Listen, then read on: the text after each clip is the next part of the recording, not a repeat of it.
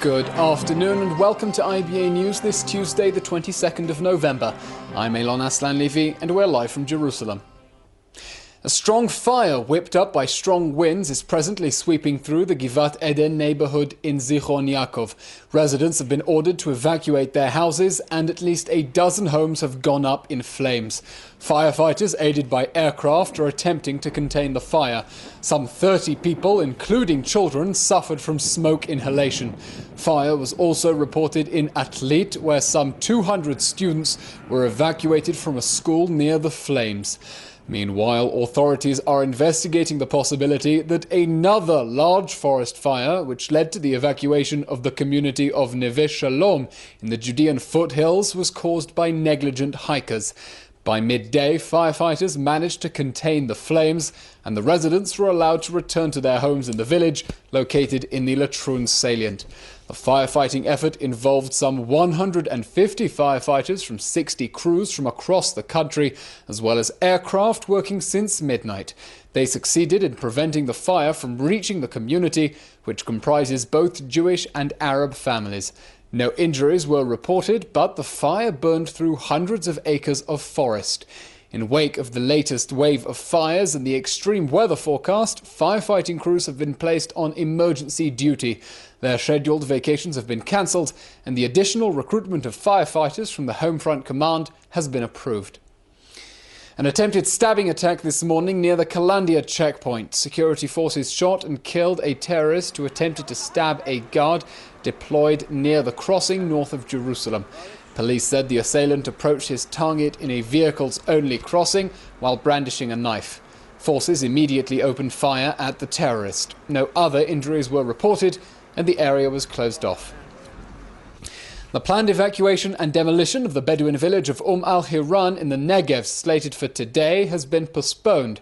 Lawmakers from the Joint List and activists from around the country arrived overnight in an attempt to prevent the scheduled demolition, and the Arab advocacy group Adalah petitioned the High Court to delay the evacuation. According to the police, the postponement was agreed in order to allow the legal process to exhaust itself following this last-minute appeal to the court.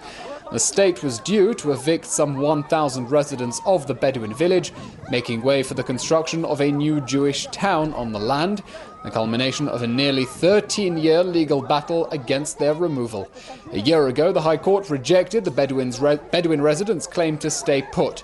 Residents, supported by many Arab leaders and advocacy groups, called the relocation a racist transfer and have threatened a violent resistance. The residents have repeatedly refused state proposals offering financial compensation and alternate land in the adjacent community of Chora. Possible progress in talks between the management and employees of Israel's national airline carrier El Al. At the end of nearly 11 hours of discussions overnight, hosted by Histadrut Labour Federation Chairman Avi Nissenkorn, representatives of both sides said that although compromise has been reached on many of the disputed issues, there is still a long way to go. The sides are expected to reconvene for additional talks later tonight. In the meantime, disruptions on El Al's flights continue. Several of the company's flights today, including the midnight flight to New York, were operated by leased carriers. The company's flight to Bangkok last night was completely cancelled. Amid the ongoing havoc caused by the dispute, the airport's authority said it will begin to fine and sanction El Al if it continues to delay or cancel flights. Officials said the company's conduct was beginning to cause widespread disruptions at the Ben Gurion airport, affecting the entire terminal's scheduling and operations. Among the sanctions is a new edict that will prevent baggage crews from loading El Al flights until final confirmation that the flight will depart on schedule. In addition, El Al will no longer be afforded a flexible range of time to delay flights, compelling the carrier to take off on time. Despite the Attorney General's decision not to open a criminal investigation into Israel's purchase of 3 German submarines, questions continue to swirl around the role of David Shimron, Prime Minister Benjamin Netanyahu's personal attorney and lawyer for the Israeli representative of the German company behind the deal. Here with the latest is IBA's political reporter Kalev Ben David. Kalev. Thanks, Alon. David Shimron has insisted he did not use his position as the Prime Minister's attorney to influence the government's decision to buy 3 submarines from ThyssenKrupp Marine Systems, whose Israeli agent he also represents. But concerns are now being raised about Shimron's role in other deals involving the German firm. Channel 10 reported that Shimron spoke with a Defense Ministry official to complain about a tender for missile boats, which he thought was intended exclusively for ThyssenKrupp. Shimron responds that he spoke with the official only to clarify certain issues, and he was permitted to do so according to protocol. Histadrut Labor Federation Chairman Avi Nissenkorn told media that Shimron pressured him to support the privatization of Israel's shipyards, without revealing his connection to a firm that could have profited from that development. Prime Minister Netanyahu dismissed concerns over Shimron's possible conflict of interests, telling Likud lawmakers the whole issue was an empty balloon, and issuing a statement today that he has known Shimron for years and he is straight as a ruler. But opposition leader and Zionist Union head Isaac Herzog responded that Shimron's dealings raise serious questions, and tomorrow he will try to push for a Knesset vote to establish a special parliamentary inquiry into the affair. There was more trouble for the government in the Knesset today in connection with its efforts to pass a bill that would prevent the court-ordered evacuation of the Amona settlement outpost. Knesset legal advisor Ayal Yinon told the Foreign Affairs and Defense Committee that passing the regulations law, which would enable the government to expropriate private Palestinian land in order to expand settlements, may require a change in the country's basic laws, which until now do not apply to the West Bank. Having to make changes in the basic law would make it difficult for the regulations bill to pass before December 25th, the deadline set by the Supreme Court for the evacuation of Amona.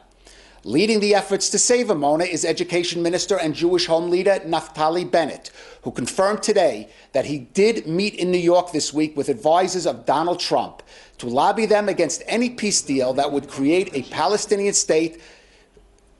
Following that meeting, the Prime Minister's office issued a directive informing ministers and other government officials that they should not meet or communicate with incoming members of the Trump administration unless they first coordinate with Netanyahu's office.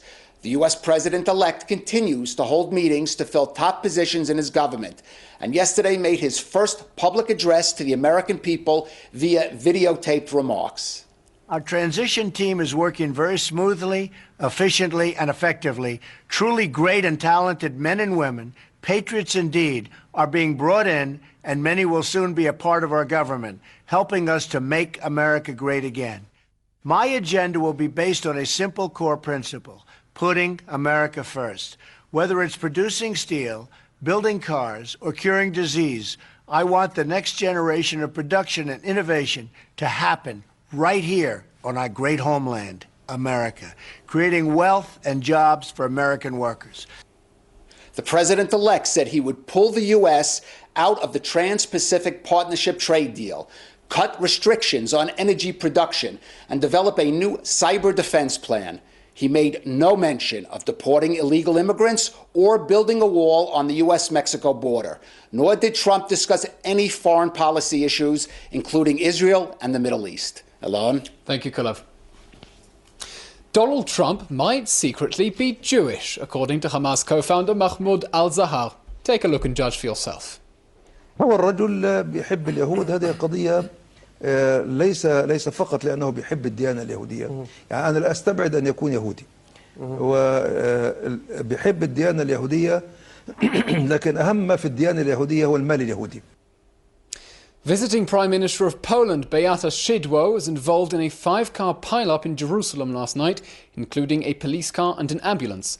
3 people were treated for light injuries, including 2 members of the Polish Premier's motorcade. The Polish Government Protection Bureau blamed the accident on a driver of the Israeli security forces. Prime Minister Szydło was on her way from the airport to dinner with Prime Minister Netanyahu at his residence. Today, Poland and Israel conducted a series of government-to-government meetings at the David Citadel Hotel, where they signed a number of cooperation agreements related to social security and economic cooperation. Welcome. Welcome. Thank you. Power.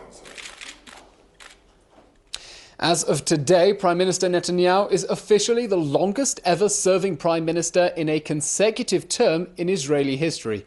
In office since the 31st of March 2009, Netanyahu has now spent 7 years and 236 days in office, surpassing David Ben-Gurion's earlier record from his second term. If Netanyahu remains in office till the 19th of July 2019, he will become Israel's longest ever serving prime minister, including his first term from 1996 to 99. At the Likud faction meeting yesterday, Netanyahu urged his rivals to relax, stressing, "I'm going to be with you still for a long time." In a rare move, the appointment of Rabbi Colonel Eyal Karim as IDF chief rabbi has been frozen after the High Court issued a temporary injunction. The court is ordering the rabbi to clarify past controversial comments about homosexuality, women, and the permissibility of refusing orders. The ruling came in response to a petition by Meretz MKs and is drawing ire on the right, with Defense Minister Lieberman and his deputy Eli Ben-Dahan backing the appointment. In 2003, before he joined the IDF, Rabbi Karim declined to state that Jewish law forbids soldiers to rape non-Jewish women in wartime. In other remarks, he called homosexuality an illness, said women could not give legal testimony because they are too sensitive, and supported killing injured terrorists. The court now says it is insufficient for the Defense Ministry's attorney to clarify the rabbi's remarks, insisting he do so himself before a final ruling on the case. Rabbi Karim's induction ceremony, planned for tomorrow, has been postponed pending proceedings. President Reuven Rivlin has arrived back in Israel following an 8-day state visit to India. Sources in the president's entourage described the trip and the diplomatic meetings as very successful. Prior to his return, the president unveiled a plaque at the Chabad house in Mumbai, the site of the murder of 6 Jews during the 2008 citywide terror attacks. Earlier, the president had laid a wreath in memory of all the victims of the 2008 attacks at the Taj Mahal Hotel. Vowing that terror will never win, he declared that India and Israel stand shoulder to shoulder in this fight. He further urged India to collaborate with Israel on intelligence sharing and security as a duty to the memory of the victims of terror. Meeting the Mumbai Jewish community, the president hailed the Jews of India as true Indian patriots who proudly unite both their Jewish and Indian identities. Speaking to Ilana Dayan on Channel 2's Uvda last night, in his first interview for Israeli media in 13 years, Turkey's President Recep Tayyip Erdogan refused to retract his earlier remarks comparing Israel to Hitler. "I don't agree with what Hitler did, and I don't agree with what Israel did in Gaza," said Erdogan, so there's no room to compare who was the more barbaric. Pushed by Dayan whether he understood why the comparison to the Nazis was offensive, Erdogan retorted, "Is the Jewish community aware of what was done in Gaza?" Turkey is close to a deal with Israel on lifting the siege on Gaza, which has mostly been lifted in practice already, he said. But Erdogan refused to commit to stopping Hamas rearming, insisting that it is not a terrorist organization. Israel was close to a peace deal with Syria in 2008, Erdogan claimed, but killed the opportunity when it bombed Gaza. He would be open, he suggested, to mediating between Israel and the Palestinians if asked. Pushed whether he would do all in his power to return the bodies of Hadar Goldin and Oron Shaul from Gaza, he replied that Hamas would only acquiesce in exchange for returning Hamas prisoners. Referring to the Mavi Marmara incident, Erdogan insisted, "It's impossible that Israel's soldiers acted in self-defense." And speaking of the recent US election, Erdogan said he was not surprised by Trump's election, downplaying Trump's so-called Muslim ban and insisting, "Every country needs a strong leader in order to progress. A country without a strong leader will go down." The US Holocaust Memorial Museum has expressed alarm over the annual conference of the far-right National Policy Institute in Washington, D.C. over the weekend. Scores of American white supremacists were documented on video making Nazi salutes during the conference of the think tank, which describes itself as dedicated to the heritage, identity and future of people of European descent. In a statement, the Holocaust Museum warned the Holocaust began not with killings, but words. Here's a short excerpt from the speech of the centre's president, Richard Spencer, who popularized the term alt-right to describe the modern American far-right. Hail Trump! Hail our people! Hail victory! For us, it is conquer or die. The mainstream media, Or perhaps we should refer to them in the original German, Lügenpresse. To be white is to be a striver, a crusader, an explorer, and a conqueror. We build, we produce, we go upward. And we recognize the central lie of American race relations. We don't exploit other groups. We don't gain anything from their presence. They need us and not the other way around. We are not meant to live in shame and weakness and disgrace. We were not meant to beg for moral validation from some of the most despicable creatures to ever populate the planet. A handwritten poem by Anne Frank is going up for auction tomorrow at the Boob Koopje auction house in Haarlem, the Netherlands. The 8-line Dutch poem is dated 28th of March 1942, 3 months before the Frank family went into hiding in an Amsterdam attic. It was dedicated by the then 12-year-old diarist to a friend's sister, Christiane Krikri van Maassen, who died 10 years ago. Bidding will start at €30,000, but the rare document is expected to fetch far more than the asking price. The poem reads, "If you did not finish your work properly and lost precious time, then once again take up your task and try harder than before. If others have reproached you for what you have done wrong, then be sure to amend your mistake. That is the best memory one can make." Real wages in the Israeli business sector have not risen since 2001, despite a 15% increase in labour productivity per worker. A new study by the Taub Center for Social Policy Studies points to the rapid increase in the cost of housing and food, constituting some 75% of the increase in the consumer price index over the last decade, as the primary cause of the erosion of the value of worker output. The report recommends the elimination of import and entrance barriers in the food market, as well as the expansion of the housing supply, in order to combat this stagnation of Israeli wages. The city of Haifa is holding a 2-day festive gathering for all residents celebrating their 100th birthday. Accompanied by family members, the centenarians were awarded certificates and entertained by musical groups. All born in the midst of the First World War, a fifth of the birthday boys and girls are Holocaust survivors, and most were here to witness the establishment of the state. Haifa boasts some 100 residents over the age of 100, with another 45 planning, God willing, to celebrate their centenary this coming year. Senior citizens make up 10% of Israel's population, a figure that is expected to double by 2036. In finance, the stock exchange and shekel are both mixed today.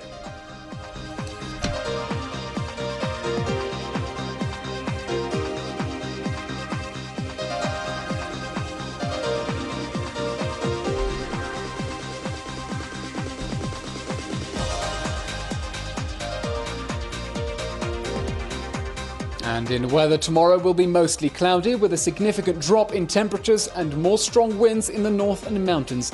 There's a chance of isolated showers and thunderstorms till noon and a small risk of flash floods.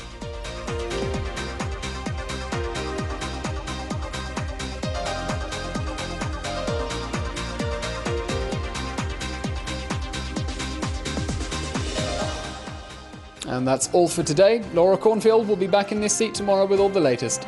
Until then, it's a good evening from Jerusalem.